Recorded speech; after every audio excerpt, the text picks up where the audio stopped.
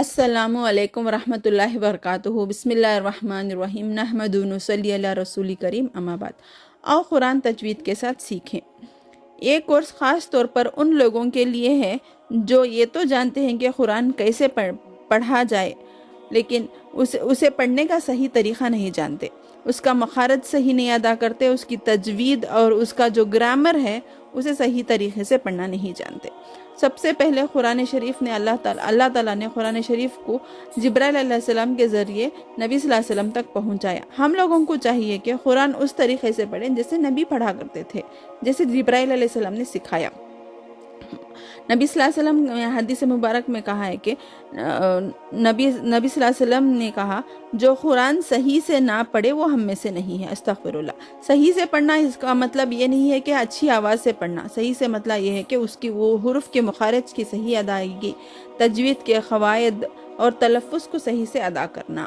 جیسے مثلاً خلقنا، ہم نے پیدا کیا، خلقنا ان عورتوں نے پیدا کیا۔ استغفر اللہ، کیسا مطلب بدل جاتا ہے۔ اور سورہ ناس میں ہے من الجنت والناس، من الجنت والناس، اسے زیر لگا ہے، مطلب اس کا مطلب یہ ہے کہ اللہ میں جناتوں سے پناہ چاہتی ہوں۔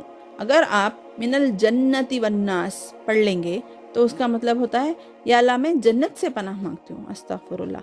جب ہم نماز پڑھتے ہیں تو ایسے ہماری بہت سارے غلطیاں ہو جاتی ہیں، جس سے ہمارے اجر و ثواب میں کمی ہو جاتی ہے اور ہم اللہ سے مانگنے میں غلطی ہو جاتی ہے۔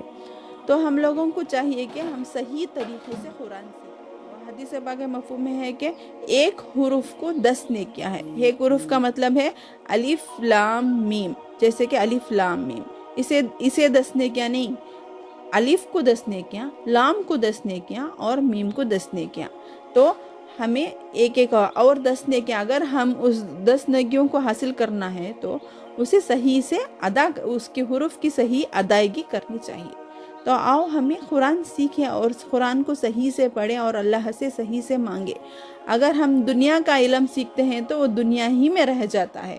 ہم دنیا کے علم کے پیچھے 10-15 سال لگا دیتے ہیں اور پوری زندگی لگا دیتے ہیں اور وہ دنیا ہی میں ختم ہو جاتا ہے، لیکن آخرت کا علم ہمیں دنیا میں بھی اس کی خیر و برکت حاصل ہوتی ہے اور مرنے کے بعد بھی اس کا اجر و ثواب ملتا ہے۔ تو ہم لوگوں کو چاہیے کہ اور شیطان کو بھگاتے ہوئے روزانہ 5 سے 10 منٹ اس قرآن کی تجوید کو سیکھنے میں لگائیں، اور کوشش کریں 5 سے 10 منٹ روزانہ ہم کسی بھی حالت میں اس کے پیچھے لگائیں۔